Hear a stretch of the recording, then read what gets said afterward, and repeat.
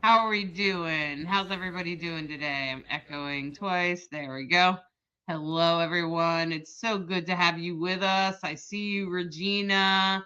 Good to have you with us today. Welcome. I'm glad you're here. Tanya, good to have you. It's our Monday night free astrology readings, free astrology question and answers type of thing for us. I'm glad you're all tuning in. I'm glad you're here. And, there's a lot going on. I'm already feeling the healing coming through today in the Capricorn that I deal with on a day-to-day basis, and that's not Bright Hawk. um, I'm already feeling it. I'm already feeling the healing coming through from Chiron. I know I definitely experienced some Chiron energy today, and I hope it just gets better. Um, I actually have my grandson is a Capricorn and often thinks he shouldn't have to ever clean ever. It's actually a hilarious thing. He's like, 8, and he gets kind of angry when you ask him, and I've been trying to help my son with that. It's hard to handle, without yelling and screaming and all that. So today he was like, I'm gonna tell you the funny part of it. He's like, I should never have to clean. He's a Capricorn. He has like a stellium in Capricorn. And I was like, do you know what happens to people that don't clean? And I showed him a video of a hoarder, one of those hoarding videos. Really bad situation. And he was like, ew. He was grossed out. And I knew he would be because he's a Virgo rising. So it worked. Hi, Chelsea. Hannah's making soap. So you're healing yourself, Hannah, because I think you had some stuff going on in the fifth house, right? So you're accessing your healing too. Hannah's going over to YouTube. Sounds like they can't see the captions. Hi, Chelsea. John said, I'm a Virgo. Can you explain Virgo for me? I absolutely can. I'm a Virgo too. Assuming that your sun is in Virgo. Now, let me just first say that while your birthday determines like your sun sign, that's essentially where the sun was at the time of your birth, right? But that doesn't really speak to your entire chart. That only speaks to one part of you, okay? And so it only speaks to like the biggest part of you, the part that people meet in the first 5 minutes, if that makes sense, John. And so, as a Virgo, people will see you as very grounded and practical, and they'll also see you as very nature. You'll be interested in nature or small animals. And your rising sign will become more important as you get older. Let me just say, you will kind of grow into your rising sign. That's why it's really important to know what time you were born, so that we can take a look at your rising sign. Okay, so your sun sign, while it's really important, the Virgo is very sensitive. It's actually one of the most feminist signs of the entire zodiac. Like if you think about the zodiac, Virgo is the only one represented by a feminine figure. And so even men that are Virgos are typically sensitive to feminist ideas and sensitive to the struggle of being a woman. And also, I notice Virgos are often, we get a bad rep for being anal, but you know what? Like, there's all kinds of bad astrology out there. So just try not to listen to that and just try to recognize that there's some truth to what they're saying, but it's usually sort of like everything else online, it's kind of exaggerated. So we can appear like we're sometimes too much. We can sometimes appear or come across as kind of like we're not that we're anal, but that we like things a certain way. And it is true, Virgos do like things a particular way. Usually it might have something to do maybe with food, or might have something to do with like how their house is set up or something like that. They're just sensitive beings. Virgo in general is a pretty sensitive being. They pretty much do like things a particular way. They're usually very kind and gentle. They're usually the best people to volunteer. They're usually the first one to volunteer. They like to be in service. They like to help people. They like to be in service to people in general. They like to be connected to natural things, pure things. And Virgo typically is also pretty, um, they I don't think Virgo struggles that much with boundaries. I think that there is a little bit, but there's some signs that really struggle with boundaries. But Virgo will hold their boundaries. They often will speak truth or be blunt about things because of where Mercury is our ruling planet as a Virgo. And so sometimes we can be a little like, over communicate, or we can say things that are too much, if that makes sense. Um, all right. Okay. So Sammy says bye, says, I had so many not so great dreams last night. Then I pulled an oracle card this morning for what I should focus on this week. And I got Land of Dreams, assuming the healing will be by way of dreams. It could absolutely, Sammy. Or you're a Cap Moon. Yeah, right now, there is a lot going on in Capricorn. There's actually what we call a stellium in Capricorn. There's like 4 or 5 planets or something in Capricorn. They're all moving through there this week. It will start to come to an end at the end of the week, but right now it's still pretty intense. And Chiron's in a square to all of them, and Chiron is the part that's bringing through the healing. It really depends on where Capricorn is in your chart, what house it's in, where Chiron is in your chart, where Jupiter is, because Jupiter may also have something to do with this, because Jupiter's also in a square to that Capricorn stuff. So all this stuff is at least on your moon. And I don't know what house it's in, but that could speak to your dreams. It could also be speaking to the Neptune transit, which Neptune speaks to your dreams. Neptune is about visionary and dreams, particularly psychic dreams. And Saturn and Neptune are actually in a trine or a sextile, and they're in a minor trine. So this is going to create actually good energy, and help us vision things and see things going forward. So that's actually a really great blessing. And if you're getting this stuff about the land of dreams and where your healing is, I'd say you're right on time and you're right aligned with the astrology.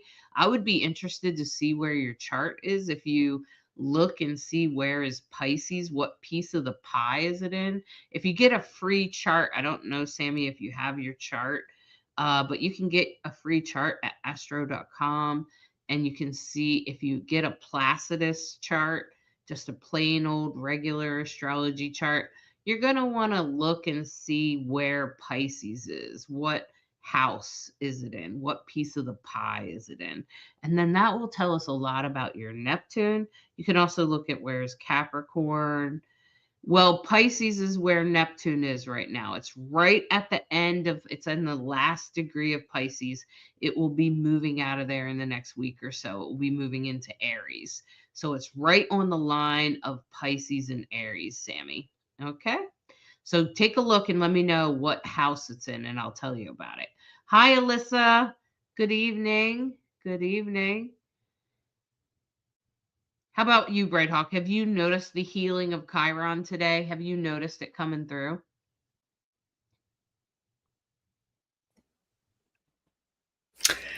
Well, I love your story. I love how the influence that you have in subtle and storytelling ways where you go, here, look at this. And his little head exploding and going, oh my God, cleaning my room is really important. I don't want to look like that. I don't want to end up like that. So that was a very funny story. um, yeah, we'll see how Chiron plays out and working that minor grand trine that's playing out right now. It expect surprises, right? Because Uranus is involved. It's great that Uranus is in a trine and a sextile in the triangle that we're talking about, and then of course we have Saturn and Neptune rocking together, and then of course the other side of this is like, oh my goodness, all that energy in Capricorn. The Sun, Mercury, Venus, Mars. Whoa.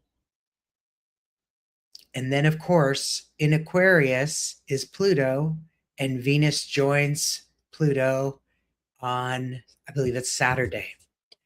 Venus moves into Aquarius. And then everyone right behind them is coming right up, right? So the stellium, the parade of those planets is now going to join Pluto. And that's where we all get really big eyebrows. Like, oh, golly, Pluto's all about transformation and change in Aquarius. We're in the age of Aquarius. Whatever happens by the time Pluto leaves Aquarius, the world will not look the same. We know that for a fact. Whew. None of us want to predict much too far into the future, but we can all tell you what a 2026, what a year this will be. Holy moly. So we appreciate you being here and bringing your charts and your questions. That's really helpful. And I loved what you said about Virgo because, of course, I'm a Virgo rising and both grandchildren are Virgo risings. So I keep reminding myself and everyone around them, remember, they're very sensitive, more sensitive than you realize, and they really want to do well. Virgos love to do things well. Like, they're great problem solvers. They're really great at bringing a variety of solutions to the table. And they're really smart and good at it, which is why people sometimes make stories about Virgos because they're very good. I think sometimes people are jealous. So, every sign has its thing and everybody has their story. Great to see the folks showing up. Let's see. Do we have any questions? Well, I wanted to address Sam real quick because Sammy said that um, their Neptune is at the end of the fourth and start of the fifth. So that means that Neptune is right on that line, Sammy. So it's also speaking to your second house. So I wouldn't be surprised if money was involved somehow, maybe. Because uh I think that's gonna put you let me just oops. I was just looking at my astrology chart here to try and get a feel of exactly. I think you might be a Scorpio rising, Sam. If you're a Scorpio rising, or a Sag rising, one of those two, you got to be one of the two. Um, and okay, so it's on the edge of the fourth and the fifth. So the fourth is parents, your home, family. It's where you live, okay? And the fifth house is fun, children, romantic relationships. And you can see how those might relate with each other, like how home and romantic relationships or kids might all kind of be in the same sort of compartment, right? Um, and depending on things, it looks like maybe Capricorn might be in your third house. Capricorn um would be in your third house, I think. And so that's going to put you at um that's going to put you with all of this energy right now around community, around siblings, communication, anything like that. And I wouldn't be surprised if you, as a Scorp, I'm pretty sure you're a Scorp rising. Um, and as a result, that's going to set you up for a lot of, so I mean, I don't know what your rising is, but I'm about to publish the reels tonight, and you of course can read the newsletter, and it will tell you exactly what that area of your life, if you are a Scorpio rising. So, I'm just saying that, like, this is going to affect a lot of your life because you have a lot going on, right? Okay. So, with the fifth house, that could be romantic relationships. Okay. So, I don't know if you got something going on in that area or what, but, but, that's where you want to be looking at. Okay. So I'm also looking at your Scorpio rising and Capricorn in the second and third house. So wouldn't be surprised if there was something going on around money, maybe, and also around siblings, about community, um, and that sort of thing, as well as other people's money, right? Maybe there's some healing around relationships or your children, or some sort of thing you've created, like some sort of thing that means that has importance to you. So you're actually going through some healing right now, some pretty intense healing, I would say, especially with all that Capricorn in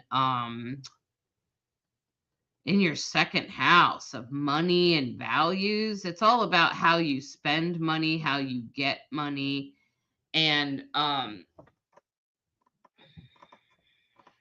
how you value money, what you would want to spend your money on. So, Sam, I hope that's helpful for you. I hope that makes sense. Yeah, you're a Scorpio rising. Okay. Alyssa, I'm glad you love Virgos because we're both Virgos. Mamoni is the Sagittarius. I'm just gonna say, Mamoni, Uranus is gonna move into your opposite sign this year. So don't be surprised if you have some surprises. Well, you should be surprised because it will be some surprises in 2026. Okay. Um, I'm gonna say, Alyssa, if your world is not lit up now, I can't imagine how that's not happening. If you have a Capricorn stellium and it's not already lit up since last week, I don't know. You must be missing something. Well, Mamoni, if you check in on our weekly broadcast and get your website, or sorry, go to my website and get this, like this little, get 50% off here. It's just a couple bucks. It's like a little beginner's guide. It will show you how to get your chart, and it'll help you understand your sun, moon, and rising.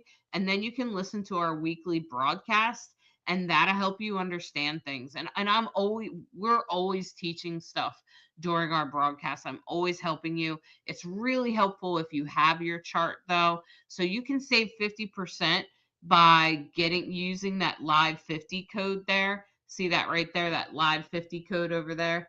It says live 50, get 50% off your beginner's guide. And you just go to my website, Divine Androgen, and go to the digital shop. And the digital shop will have this beginner's guide. It's just a couple bucks. It's not expensive. It's meant to just help you get started, help you get out of the gate, help you understand how to get your free chart. And so that way, once you got your free chart, you can, so then you can start to really understand. See, Sammy, I'm not surprised that you're working on financial coaching So there you go. There's some healing. So it's isn't it nice though to Sammy to be validated, to know that you're on the right track, that you're doing the right thing. Like I find that astrology half of the time is just validating. Like that's a really powerful thing, right? Yeah. Hey, Preet, you're a Pisces. Whew, you've had a last pretty intense last year and a half, right? Okay. Yeah, I bet. Blake said Virgo rising here. Flatter us some more. um, okay. Alyssa said, I seriously think that I'm so used to things being chaotic and emotional too, that the bigger things that happen seem more subtle. I end up missing something sometimes. Interesting, Alyssa. Interesting. It's been a little bit intense for you too, right? Like I think you've had the north node or something in your sign, I think. Something like that. I think you have the sun in Pisces or something, and I know you have also that Capricorn stellium. And I'm just saying, the Capricorn stellium, I mean, unless it's like maybe it's in your 12th house or something, maybe you're not seeing it. I'm gonna look at it real quick. Oh, it's in your fifth, sixth house. Children, romantic relationships, community, Alyssa, day-to-day life, your job, your work in the world. Ooh. And the Grand Cross last week, especially Friday, Saturday, that was probably pretty intense for you, eh? It was right on your Chiron. That had to be intense. And then plus, Chiron is on your Jupiter up in the 10th house. What's going on at work? Coworkers, work. What's going on with what you offer the world? What's happening in that area of your life?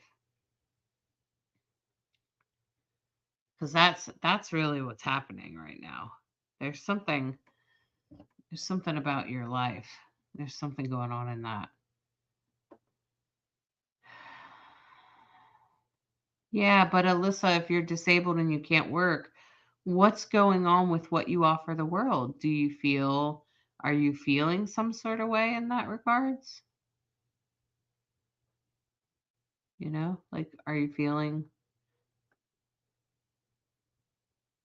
depressed? Something? You might need to find a way to still put yourself out there somehow. I understand that you're disabled, but there's other things that you can do to help in the world, like volunteer or something. Talk to that medium that I've worked with in the past, Eve. They live with cerebral palsy, and it still gives their life meaning to volunteer at the local LGBTQ center. So, yeah, and Alyssa, I'm betting that right there is what's going on. I honestly don't feel like I offer the world anything really. Maybe the universe is asking you to change that, because just because you're disabled doesn't mean you can't do anything, because that's totally untrue. I've worked with lots of disabled people that do lots of things in the world. Okay. So just maybe consider that. I understand that you don't want to get a job because you would lose your disability and your insurance and you really need that. Totally get it. And I also think there's things you can do. You can volunteer. Um, there's You'll feel better about yourself if you do that sort of thing. Um, Reminds me of that book you read and turned me on to reading the doctor who, gosh, she lived to 90 something and talked all about staying connected to your juice, what makes you feel juiced in life. And that energy, and in my experience, serving and helping others in some fashion or another gives you unbelievable juice and gratitude for life, period. So, whatever you're feeling grateful for, find more of that. And the more we grow our gratitude, the better life looks. So, wishing you all the very, very best there.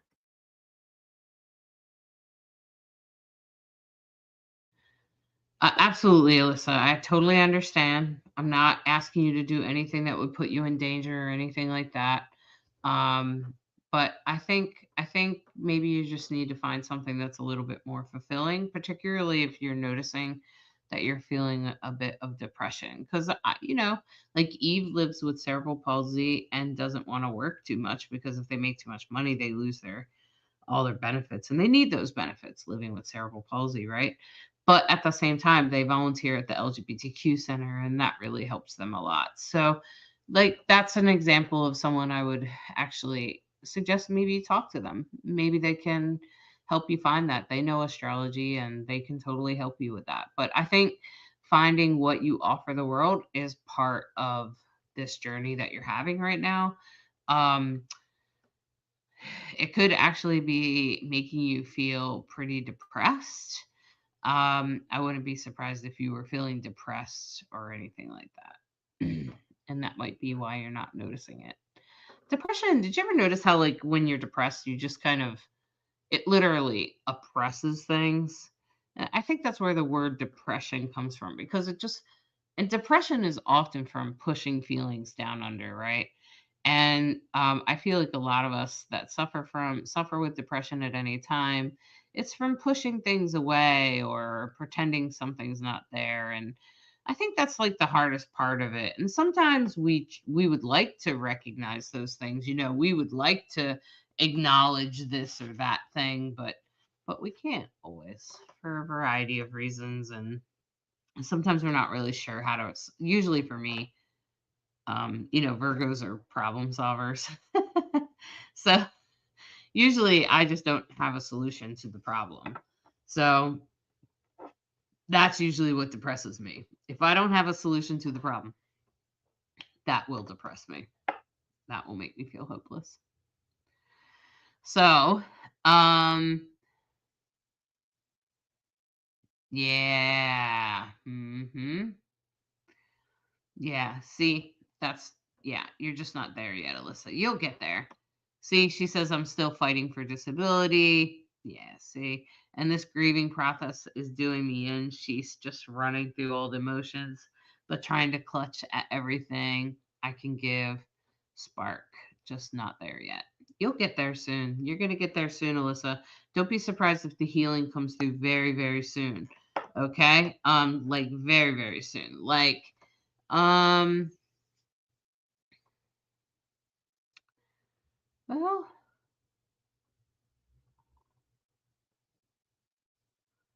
actually, I wouldn't be surprised if that comes in very, very soon, actually, here, before the summer, this early part of 2026. The money that you're talking about, the disability that you're fighting for, will probably come in here very soon, actually. Believe it or not. I know it seems weird that it would come through, especially with the way things are going in the United States, but I'm pretty sure that's what's going to happen. Okay. So,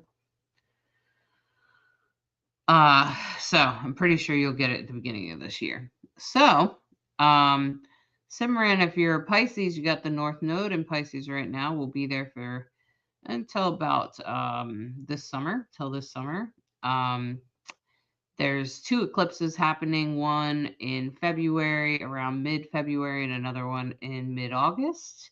The solar eclipses are pretty important because the nodes will be changing signs. So we'll be working our way into Aquarius this year. The North Node will be working its way into Aquarius, and the South Node will be working its way into Leo, which actually I feel like could be promising, hopefully. Hopefully, instead of focusing on, right now, the North Node is in Pisces, and while that's really important that we focus on our emotions and our spirituality, I feel like the North Node in Aquarius, for the next 2.5 years, it will start this summer and go for about 2.5 years. And I really feel like this is going to really point to the power of the people, the power of all the people, the power of community, the power of the collective, the power of um, what it feels like to be part of community. So I'm really sure that that's really where we're headed in the late 2026 and early 2027 and ongoing from there. I really feel like the North Node in Aquarius is really going to light that up, especially since Pluto is there. I think it's really going to change our opinions about community and how we're connected with people. And Uranus will also be moving into Gemini. And I feel like that's also going to make it more and more important for us to have community. I feel like the if you're not in a community now, I would try to find one. I would get myself in a community because astrology is really speaking to that right now. I think it's going to become vital. I think it's actually going to become uh, a survival skill. I think you're going to need community. So let's see. Simran said they were born March 7th of 19. You want to do that one or you want me to do it, Bright Hawk? You want to do it? Hey, Simran, also add what city, if you know what time and what city you were born, add that, and Bright Hawk will put it in her software and bring it up for you and take a look and tell you what your moon sign is and your rising sign, and tell you maybe if something be coming into the 6th or the 10th house for you. Yeah, so I feel like there's a lot going on this year. 2026 is going to be a big astrology year, you guys. It looks like Simran was born in Delhi, India. Sorry, Delhi, India. And they were born at 6:10 a.m. Did you know that in India they hold it very serious to know what time people were born? Not all countries do that. Even in the United States, we don't do it in all the states. In India, it's very important. Mostly, I think, partially because Vedic astrology is kind of a big deal there. In India, they use it often to, some families use it to do arranged marriages. They use it to help match up people, match their children with a good match. I think it's an interesting way to do it. I'm not sure. Sometimes I think people aren't ready for certain relationships. And, well, I think they have the best in mind for the people they love. I'm not always sure that it actually works out the way they had hoped, you know? Um, Mine was arranged. Oh, so your family didn't do the astrology of your arranged marriage. Is your marriage going okay though, Simran? Like, are you happy or is it working out? Or I know some do and some don't. Hi, Kiki Law.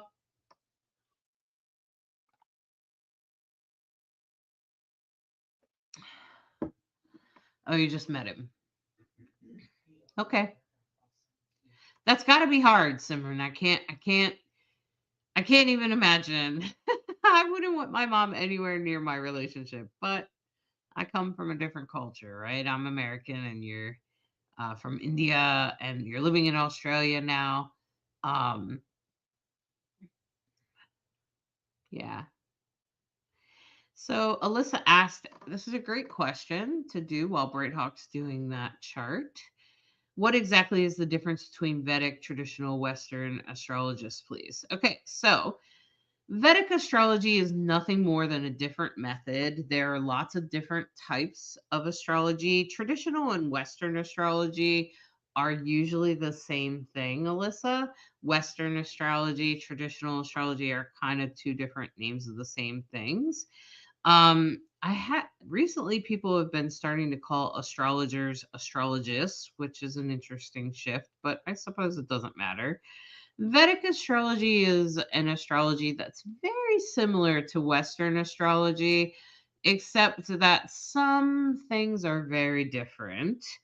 The biggest difference that I've noticed in my study of Vedic astrology is that so in American, and I think it was best said, and I'll remember her name, by a really a really great astrologer who I learned death astrology from, because the nodes usually have something to do with a person's death, okay? And the north node, which kind of looks like a horseshoe, right? The north node looks like an N, and the south node looks like a U. And they're always opposite each other. Everybody has it in their chart somewhere, okay? And in Western astrology, we believe the north node, they're also called the nodes of fate. And the north node is pointing to your destiny. And the south node is also talking about what you're letting go of, what the past is, at least in most sort of Western cultures, like Americans in Europe, in the UK, and things like that. That's what most of us believe, okay? So the north node is your destiny. The south node is what is your past, your childhood, your past lives, what you're letting go of, okay? And the north node is your life now, your future lives, and what you're supposed to be reaching, what your destiny or fate in life is. Now, in Vedic astrology, they actually believe the opposite, because in Indian culture, tradition honoring the tradition that you come from is of higher value. So they see the south node as what you are striving to become. And I'll be honest with you, and that the north node is what you're like more like tempted to do, or um it pulls you off, like it's not exactly where you're headed. And it's interesting to me to consider this because, for instance, my south node is in Taurus and my north node is in Scorpio. Okay. And my north node is in my first house of identity and Scorpio, and my Scorpio has Uranus. And so when I think about my destiny as being a non binary spiritual person, ta-da! That totally makes sense, right? Scorpio is spiritual. Uranus on the ascendant speaks to being non-binary. The north node there, that's my destiny, right? Totally makes sense, right? And the south node in Taurus, moving away from the relationships of my childhood, moving away from the relationships of that held me back, that I was too committed to, because sometimes Taurus can be like overcommitted to things, like stay in relationships way too long or something. And then but now also later on in life, now in my 50s, I recognize that at times as a Scorpio, I get frustrated with people and I just cut them off. Just, you don't belong in my world. And sometimes, maybe because of my history, I have spent too much time just cutting people off. And then as a result, I don't have a whole lot of community, right? So I think there's a balance. And pretty much, I always say in astrology, with any opposition, which a south node and a north node would always be in opposition, that balance is best. So I can kind of see the Vedic astrology perspective where I'm staying loyal to people, and because the my south node is in my house of relationships, where I stay loyal to people and not feel so drawn towards the Scorpio part of me. I can definitely see that on a deep level, but I can also see the Western. So here's the thing, is I say that all astrology points to the same place. That's kind of what I believe. Um, all astrology points to the same place. And there's different types. There's also like draconic and horary. There's so many different kinds of astrology. I mean, it's an endless study. You could study you could study different kinds of astrology for a long time. And I think that Vedic is just a slightly different perspective. And when you consider the culture it's coming from, it kind of makes a little bit more sense, particularly if you have any education about the culture. And I do happen to have some education about Indian culture. I'm a yogi. I've been a yogi for a long time. I've been doing yoga for 20 years, about 20 years. And I would say that I've also practiced Vedic astrology, but I've also looked at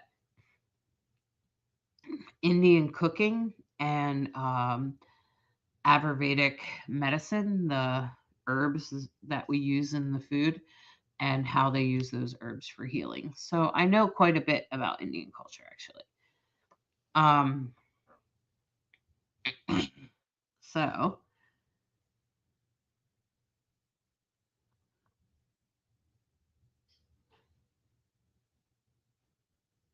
So did you get Simran's chart, right, Hal? I did. Oh, you just go ahead and talk about it. You can share it if you want.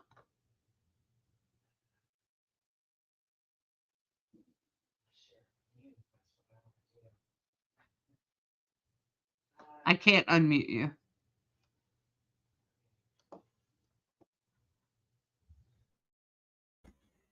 Okay. Well, let's take a look. Oops. All Real right, quick, Sim. Michelle, you need to put your place and time for me to pull your astrology chart. So, Simran, I'm sure it's been an intense month because you have so much hitting all your major things in your chart. So, let's start with your sun. Nice thing is your sun is trining your moon trining sun. That's nice. That's a nice conversation. Uh, and sorry, sextiling. They're 60 degrees apart, so there's a sextile, and which again is a nice conversation. It's a good one. You're currently experiencing that big party in Capricorn. Those 4 planets we keep talking about are all passing by and over your moon in Capricorn. So currently, the one conjuncting exact right now is 17 degrees. Your 17 degrees Capricorn moon is Mercury. Mars has already passed over it. So I'm sure that this last weekend probably was fairly intense.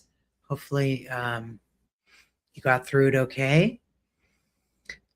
Because, of course, Mars, the Sun, Venus, and an asteroid that we call Pallas Athena have all, or sorry, Vesta. Vesta is related to what we bring into the world, our gifts, projects, children, and and then it, and then it's all going to start to dance with Pluto, and you have that same asteroid Vesta in Aquarius. So the whole party that's in Capricorn is now going to be migrating into Aquarius. So you also have placements there. And then I'm noticing, because you can't help but notice, your sun is in the first house. So, it's your first house sun placements are, it's your personality, yourself, your physical body, your being present in the world in a physical way. You also have Jupiter in Pisces in the first house, which is the amplifier of everything. It's also very lucky, very go lucky, happy go lucky. And in addition, we've been talking about Saturn and Neptune right at that Pisces Aries point. And I wonder if you're a really great communicator, because you have Mercury at 1 degree Aries. That the world point is 0 degrees Aries. We have right now Saturn and Neptune sitting. Neptune's at 29 degrees Pisces, about to cross into 0 degrees Aries. And of course, Saturn's right behind it. So lots going on there. Having Venus and Mercury really close together, 4 degrees apart, but right straddling that line with Saturn and Neptune at the same time. So what does that mean? I'll let you figure out what it means, but I'll tell you what the planets mean. So Mercury is all about communication. Mercury is communication, computers. It's very fast. It's um, uh, uh, the ruler of Virgo, the ruler of Gemini. So, and it's all about communication. That's all I can keep thinking is communication. Okay. So that's Mercury. And then of course Venus is all about relationships and what you value. Venus rules Taurus and Libra. So Venus in Pisces, I have to look that up about what that configuration means. Yeah. Well, Venus is exalted in Pisces. Venus is exalted in Pisces. Okay. Unconditional love. Unconditional love. And of course, you've got right now Saturn and Neptune sitting on top of that. What does that mean? Saturn is father. It's all about Saturn in Pisces has been all about, sandcastles on the beach, right? What are we going to let go of? Because Saturn is structure, but in Pisces, it's structures falling apart. Venus in the first house with Mercury in the first house. Look, check it out. She said that she's been struggling with her health. So it's probably speaking the first house. It has something to do with her hormones. Right. And then the North Node is on top of all of that, Jupiter and the Sun at Pisces, 10 degrees. So North Node sitting between between Simran's Jupiter and Sun. Okay. And then Saturn, Neptune sitting on top of Mercury and Venus. Okay. So Simran, what I would say about your health, because I do medical astrology, and it sounds like you're struggling with your health and your fitness, is there might be an illusion that you're under. I don't know how old you are, but there might be something about your hormones or your hormone system, like your thyroid or something going on there that I would be paying attention. And since Mercury is there, I would also look at like your gut. And be careful what you say, because you will manifest things by saying them. So don't say, "Oh, you are in perimenopause." I knew it. I knew she had to be in perimenopause because Venus is there in her first house with her sun. It's going to mess with her vitality. Perimenopause has got to be really hard for you. So I'm just going to let you know that that's in your astrology. It's there. It's and I could probably find the healing, but it would probably require a reading. So we could go deeper in a private reading, but that's exactly. So Brighthawk's right to talk about that, all that stuff in the first house, but Brighthawk's not as much into medical astrology. She does a little bit different. Where's her moon? Where's her moon? 11th house. In what sign? Capricorn. Everything's on top of their Capricorn, right now. Ugh, right? Right? ouch. Everything Oh in man, Capricorn. our heart goes out to you It's right like, now. oh, right. And The today last week it's or Merc. so has been really hard. Yeah. Yeah, can't imagine. Yeah, it's got to be really hard for you, Simran. So what I'm going to say is that there is some healing coming your way. This week should get a little bit better each day. You are finding healing. Yeah, you are going through a lot. Yeah, I bet you are. Yeah. So hang in there, Simran. Hang in there. If you need some help, we can try to help you. Try to do a private reading. You can get that. You can get one of those on my website, okay? You can I do wellness and I help with perimenopause. I'm very well versed. Bright Hawk as my witness.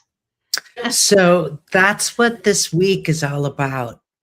Whatever you're working on from a healing perspective, the planet we call the wounded healer, it's called Chiron, is literally squaring everything in Capricorn. So that whole party that's going on, everything there is in a square to Chiron. So it is in your face, whatever it is you're working on and needing to heal. And if you're trying to go, okay, I'm just going to put my head in the sand one more time, it's like, no, you need to deal. And if you have any kind of an inkling about, oh, I should probably have that fill in the blank checked out, whatever it is, do it. Don't ignore your inner wisdom. Don't ignore that little voice of go to the doctor or do whatever it is that you need to do to take care of yourself. This is the time. You are worth it. And ignoring those little nudges, hints, signals. We've all talked about the life of the clue by four, where you just, what? What just happened? Uranus involved means it's a surprise a minute. Uranus is just, Christopher Renstrom always describes Uranus as everybody's gathered around a table. They're totally engrossed in a game they've been playing for 45 minutes, and Uranus comes in and just knocks the board over, and there's no way you can recover. It's like, what? What? Okay, you have our attention. What do you want from me? And if you get still and you sit with yourself, what life is asking of you. What do I need to, and you know what? When it feels stressful, make it real simple for the universe. Please just tell me what the one next right thing is. And you'll know. And you do that. And then you do that again and again. I send lots of love to, especially to the folks who have major Capricorn placements. It's intense, no doubt about it. And we look at the chart. Aries is involved because Chiron is sitting in Aries. Uranus involved, sitting in Taurus. And of course, we've been talking about Saturn and Neptune at the end of Pisces and Aries. All these things are building. That's part of what 2026 has everybody going, oh my God, what's going to happen? Because these things are world points. Everyone in the world knows shit's changing, stuff's coming, stuff ain't going to be the same. It already is. It already's changed beyond recognition for most of us. All right. So Yeah. I wanted to say, Michelle, Hannah, I probably have your chart. But Michelle, I wanted to ask you what's going on with relationships. What's happening in that department? Like, um, because you definitely, is there something going on with like home, romantic relationships?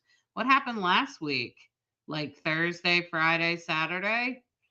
Was there some intensity? And how's it going this week? Is it getting better? Are you talking? Are you finding you're healing? Are things getting better for you? Um, just gonna say there's a lot of intensity going on for you right now. And I'm sure it has to do with, I'm sure last week was probably pretty intense, Michelle. And now this week, hopefully you're starting to find some healing. So, yep. See, there was some clashes relationship wise. They did shift a lot to stand in my power and make decisions around that. That's exactly what's going on, Michelle. And this week, you'll have to continue to stand in your power. That will be healing this week. That is going on in Aries right now. So, right now, Chiron is in the eighth house. It's asking you to stand up for yourself. It's asking you to heal. Jupiter is on your Chiron as well, retrograde. So you got a lot of transits going on right now. Plus, you have 4 planets in Capricorn, including the Moon. You're a Virgo rising, Michelle. So you are, of course, you're a Scorpio, but you're a Virgo rising, and you're a Capricorn Moon. So those are the three.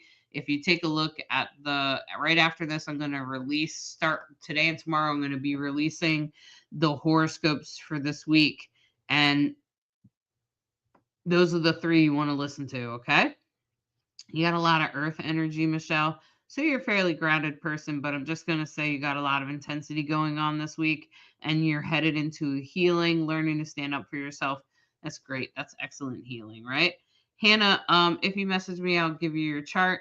Hannah, I have your chart. I'm looking at it. I can give you a great version of it with absolutely having Chiron in it. Your Chiron is retrograde in Cancer. It's actually Jupiter is pretty much on top of it right now, retrograde. It's asking you to reveal, and this is kind of what I said to you, I think last week when you tuned in. I was telling you that you gotta really work on what's important to you. You're probably going to have to review what feels good to you and what doesn't, what's fun for you and what's not. And regarding friends, what kind of friends do you really want and what kinds of things do you want? What kinds of things do you want in your life? Those kinds of things. Chiron is really speaking to you right now. And make sure you listen to the main broadcast. Bright Hawk and I did a meditation on Chiron, and we did a lot of explaining about Chiron and how it plays. Um, uh, and so, how it plays a role in your life and in your chart and how it comes through. So, Hannah, just so you know, you have Chiron retrograde in Cancer.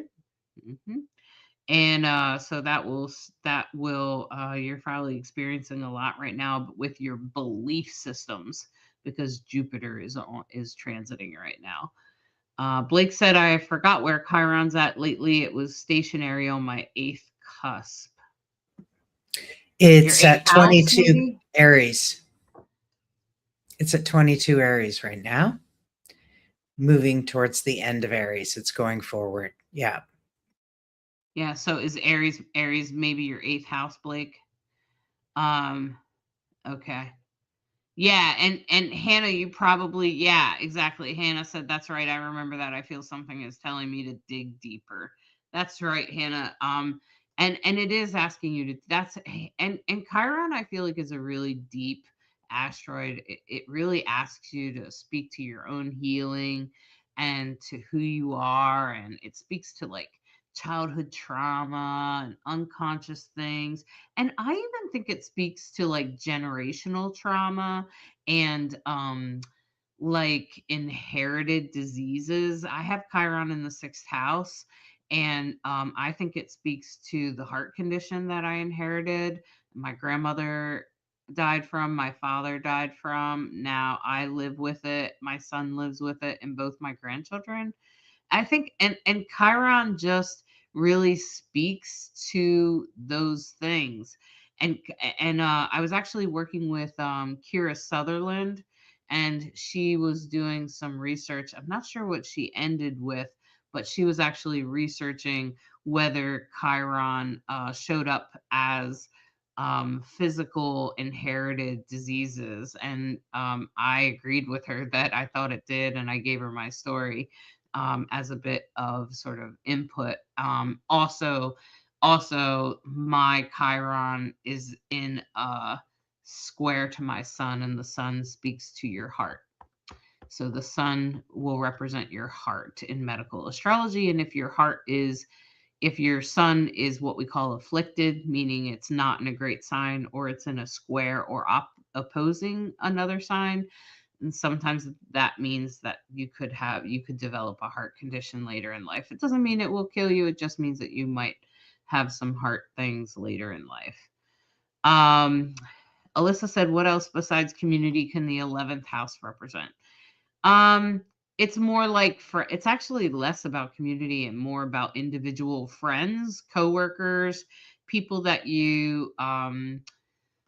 people that influence you, your coworkers. Uh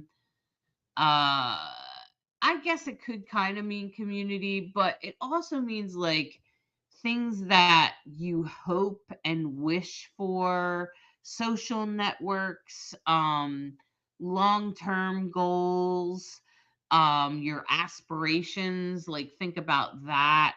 It can also because of the social part of it, it can bring in like stuff about like humanitarian efforts and societal impact, and social connections, like that kind of thing, including like political movements and things that are for the greater good.